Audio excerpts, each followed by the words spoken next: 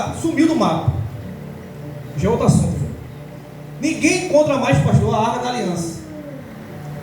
Mas em 1982, muito tempo, existia um arqueólogo chamado Ron White. Eu vi essa reportagem e quero trazer para você entender. Está na internet. Esse Ron White, pastor, ele é arqueólogo, escava terra, escavações, e ele pediu autorização ao governo de Israel para escavar um local. Qual local? O Gólgota. Na Bíblia a gente sabe que Gólgota é o lugar onde ficou a cruz.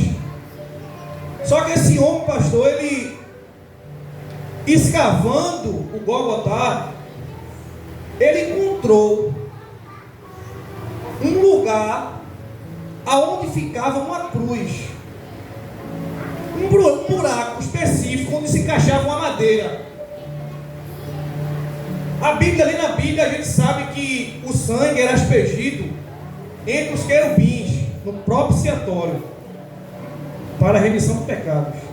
Aquele arqueólogo lendo a Bíblia, ele sabia que o sangue de Jesus ia ser derramado em algum lugar. Ele deduziu, aleluia, que o lugar que o Senhor estava pregado na cruz, pensou ele, vou escavar ali no Gólgota, a arca da aliança pode estar lá embaixo. A nossa irmã Miriam falou em perdão, e eu vou pegar um gancho do que ela falou. E ele escavando encontrou aquele buraco, e escavou mais ainda, esse vídeo está na internet. Para resumir, para encurtar a história, ele viu a arca da aliança. Calma, ele viu a arca da aliança. Porém, as pessoas que estavam com ele fizeram alvoroço e, resumindo, o governo de Israel impediu de continuar a escavar ali. Os rabinos sabem onde ela está. Para eles, elas estão lá mesmo. Estão só aguardando o templo ser construído para levar a arca de novo para o templo. Mas a pergunta nessa noite não é sobre o que ele viu. A pergunta nessa noite que para no meu coração não é será que foi verdade ele ver a arca, não. A pergunta que para nessa noite é: será que eu e você? Medite, não responda para mim não. Será que eu e você vai encontrar o Senhor? Difícil, né? Se perfumamos tanto, se arrumamos tanto, louvamos tanto, pregamos tanto, não é suficiente não. E nosso irmão Samuel falou, não é o suficiente. A pergunta é: será que a arca estava ali? Não. Será que a gente vai encontrar? Meu irmão, eu não tenho certeza da sua fé, não tenho, mas eu sou fraco, falho, pecador, miserável. Será que Jorge vai encontrar o Senhor? Eu acabei de um lugar, igreja, que essa pessoa é desviada. Falei com o nosso pastor Jorge essa conversa.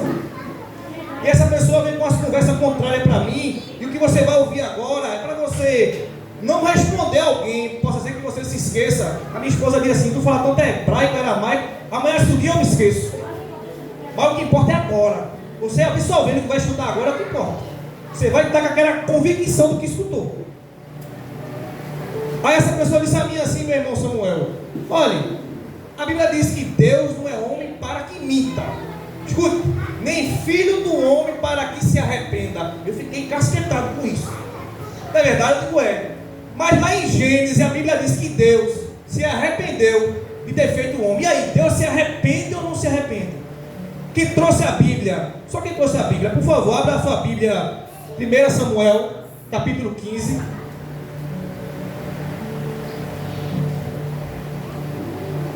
Samuel, capítulo 15, vou esperar você encontrar. É bom a gente sabermos das coisas para quando alguém nos indagar, não. 1 Samuel, capítulo 15. Encontrou, diga amém. O versículo de número 11. E vou ler para ganharmos. Versículo número 10. Então veio a palavra do Senhor a Samuel dizendo: olha o que Deus vai falar para esse homem. O que é que ele vai falar, pastor? 1 Samuel 10, 1 Samuel capítulo 15, o versículo 10 e 11. Então veio a palavra do Senhor a Samuel. Veio a Samuel, não foi? arrependo-me de haver posto a Saul como rei. Olha, Deus está dizendo isso, que ele se arrependeu de ter levantado Saul como rei. Não é assim? Veja agora o versículo de número 29. Versículo de número 29, no mesmo capítulo. O pastor vai fazer essa ali para nós. E também aquele que é a força de Israel não mente nem se arrepende. A minha versão diz assim: também a glória de Israel não mente nem se arrepende, porquanto não é homem para que se arrependa. Veja, no 11, Deus está dizendo, usa Samuel e diz: eu me arrependo de ter levantado Saul, rei. Quando a gente vai para o 29, está dizendo que ele não se arrepende. Agora abra sua Bíblia em Gênesis capítulo 6, versículo 6. É culto de doutrina, é assim mesmo, é folheando a Bíblia, é tentando entender, pedindo orientação ao Espírito Santo do Senhor. Gênesis capítulo 6. Aleluia, glória a Deus. Quem encontrou, diga amém. Vou esperar os irmãos encontrarem. Gênesis capítulo 6 e o versículo 6. Agora eu estou pronto para cortar o cabelo de novo naquele homem e responder a ele. Gênesis capítulo 6, versículo 6 diz assim: então se arrependeu o Senhor de ter feito o homem na terra, e isso lhe pesou o coração. Abra sua Bíblia em Números capítulo 23.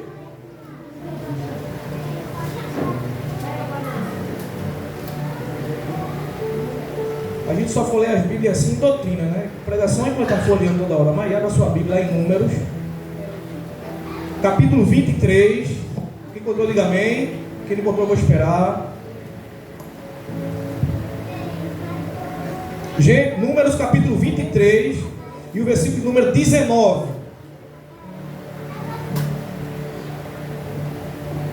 Glória a Deus. Amém?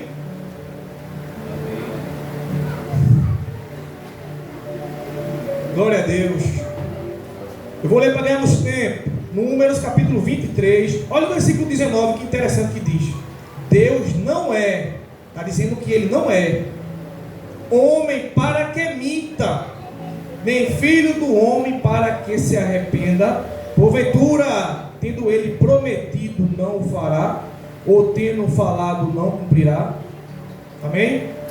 Eu fiz esse rodeio todo, não sabe para quê?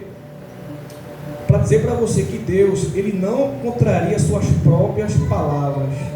Quando eu e você começa a ler a Bíblia com essas lentes aqui, ocidentais, orientais, do Oriente, a gente não vai entender certas verdades, meu irmão Samuel. Não vamos entender.